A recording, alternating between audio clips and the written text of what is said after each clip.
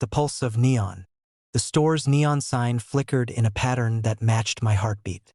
At first, I thought it was coincidence. My pulse quickening in the small gusts of anxiety that always came when I shopped alone at night.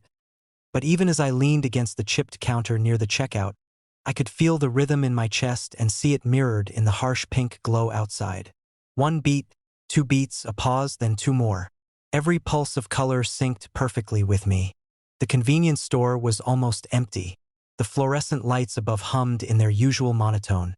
But somewhere in the cool shadows behind the refrigerated coolers, I imagined the hum growing louder, echoing the flicker outside.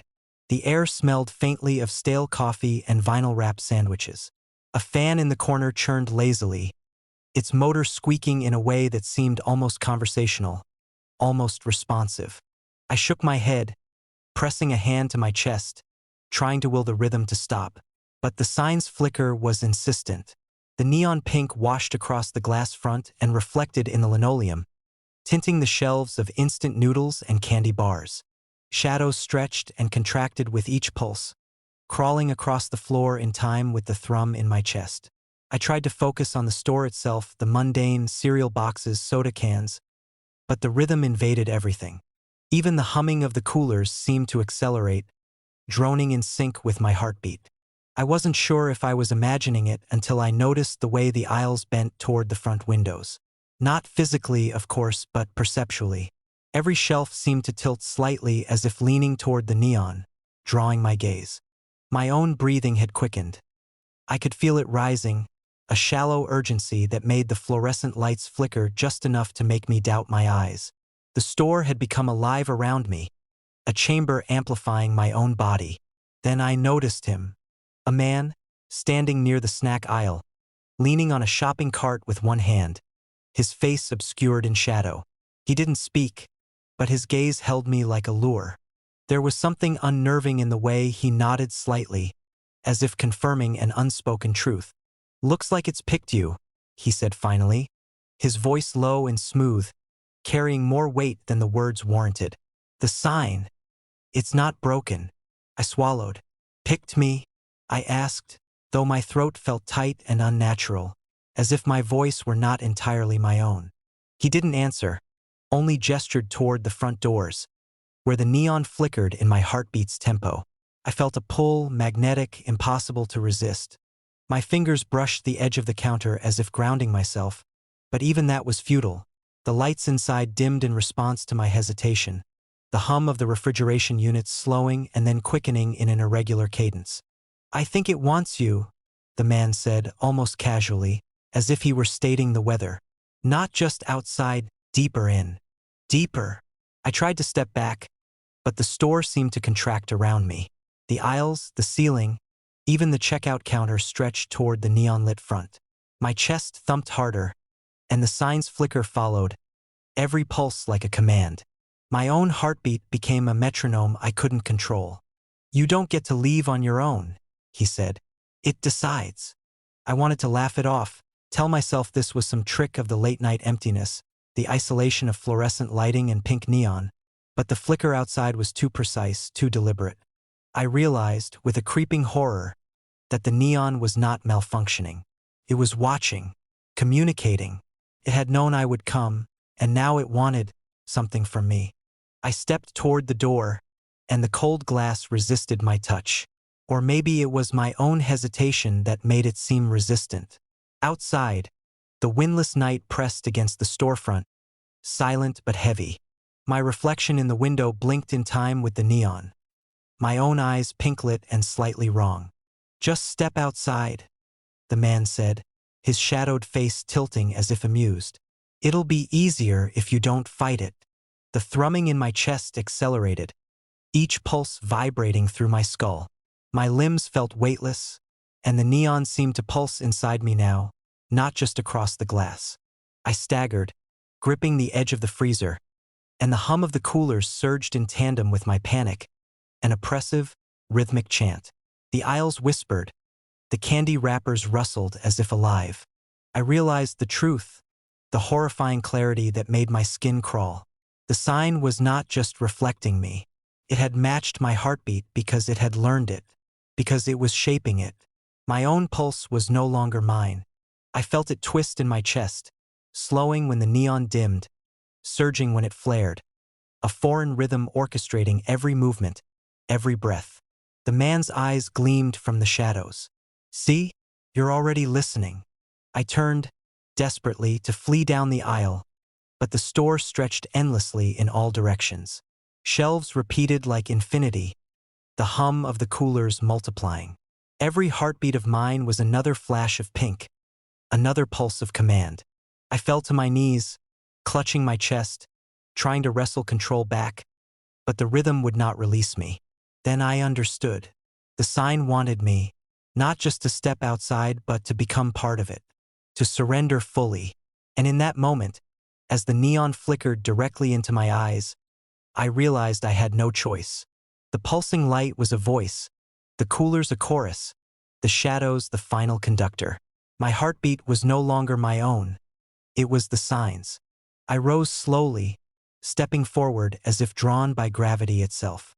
The aisles bent, the lights dimmed, the hum grew deafening in my skull, and the pink glow washed over me like water. I didn't resist. I could not. Outside, the neon sign pulsed steadily, perfectly, in time with a rhythm I no longer recognized as human. And the store waited, alive, patient, for the next heartbeat to answer. The shadows in aisle 3. A customer asked if the shadows were behaving tonight. It was the first words out of his mouth, casual as if he were commenting on the weather. I froze mid-swipe of the register scanner, staring at him. The convenience store was almost empty, fluorescent lights flickering above like hesitant eyeballs. Outside, the streets were deserted. A single street lamp shivered in the windless night. "I'm sorry," I said, trying to keep my voice steady. He smiled, leaning one arm on the counter. "You know, shadows, they get restless sometimes." Cold air seeped under the door when he opened it, carrying the faint metallic tang of rain from earlier, and my skin prickled. The store smelled like burnt coffee and the faint chemical sting of cleaning spray. I tried to laugh, but the chuckle caught in my throat. "You mean, shadows?" I gestured vaguely to the fluorescent-lit aisles, where my own shadow stretched and retracted like a hesitant twin. "Exactly," he said. "Sometimes they move differently. Sometimes they whisper. Sometimes they imitate." He tilted his head toward aisle 3, his expression serious. "It helps to keep them calm if you notice early." I glanced down the aisle. Nothing. Just cans of soda and stacks of snack bags. The lights above flickered again. I thought I saw movement in the corner of my eye, a shape too fluid, too quick, slipping along the floor, but when I blinked, it was gone. "Keep them calm?" I asked, my fingers tightening around the scanner. "Yes," he said. "You have to watch. They learn. And sometimes, they take over if you're not careful." I laughed nervously, pretending to scan a pack of gum. But the hum of the coolers seemed to pulse with a subtle cadence, like something listening. The aisle felt longer somehow, as though the far end had receded a little while I wasn't looking. My reflection in the glass cooler rippled, delayed by an imperceptible fraction of a second. I shook my head. Too much caffeine. Fatigue. The man watched me with mild amusement. "See, they're watching now," he said softly, nodding at the ceiling. "Every shadow has its eyes." I turned toward the aisles. My own shadow clung to my legs, stiff and faithful, or so I thought. When I moved my hand to adjust the register tape, I saw it raise its arm first before I did. My breath hitched and I stumbled back a step. "I don't understand," I whispered. "They're students," he said, voice low. "Observing, copying. Some nights they're obedient, just shapes on the floor. Other nights, well," he shrugged, almost kindly, "they need guidance." I forced a smile, nodding, my pulse thundering in my ears. A cooler door squeaked somewhere to my left.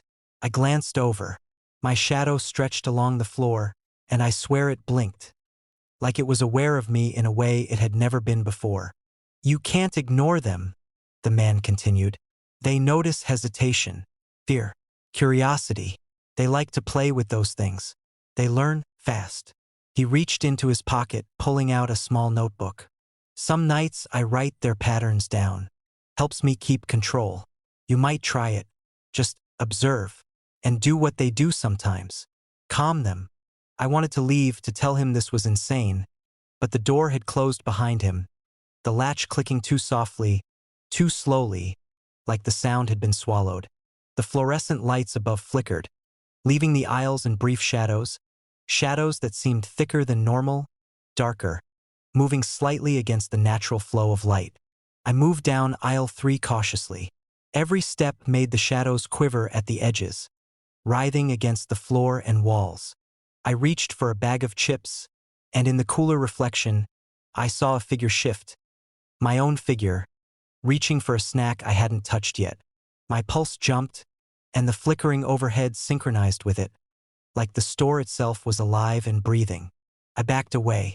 The man leaned casually against the counter, scribbling in his notebook as though nothing unusual was happening. See? They're polite when you show them respect. Ignoring them only makes them curious, mischievous. I felt the hum of the coolers intensify, a low, vibrating thrum that seemed to resonate in my bones. Shadows pooled beneath the shelves and spread across the floor, and I caught glimpses of movement out of the corner of my eye.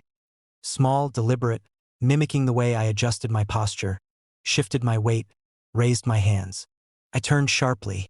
My shadow had just stepped forward, crossing the aisle toward me. I froze. It paused, tilted its head like it was considering me, and mimicked the way I raised my hand to my face. My chest tightened. My reflection in the glass rippled again, lagging, delayed by half a heartbeat, and I realized I wasn't seeing myself. I was seeing it learning me. The man closed his notebook. "They're never dangerous if you understand them," he said quietly. "But you have to remember, they are not you. Not yet. Not completely. Some nights, they try to finish what they started." I swallowed hard. The shadows in the aisles shifted as I did, but one lingered behind me, separate, independent. My own shadow, or what I thought was mine, stepped forward, placing a hand on the counter where I had been moments ago. But I hadn't. My breath hitched, the air feeling suddenly colder, thicker, like it pressed against my skin. I turned to look at the man. He was gone. The notebook, the cart, the casual stance, all vanished. Just the flickering lights, the humming coolers, and the shadows that now stretched toward me in a silent, deliberate wave. I backed away, and the aisle seemed to elongate, stretching into infinity. My shadow moved with a confidence I did not have, reaching for the door, gliding along the floor. I tried to call my name aloud, but the sound felt wrong in my own mouth, distorted. And then I saw it. My hand on the counter, pressing down on a pack of gum I hadn't touched. My own shadow learning, practicing, replacing. The fluorescent lights flickered, and for a single unbearable moment, I realized the store was watching. The shadows were learning, and my reflection, my shadow, they had already begun without me. I stepped back, but the floor beneath me was empty where my shadow had been, and the aisle stretched longer than it had any right to. The humming of the coolers filled my ears, in rhythm with something that was no longer my heartbeat. Somewhere, a whisper slithered across the linoleum, "Don't forget to behave." And I realized then that I was no longer the one observing.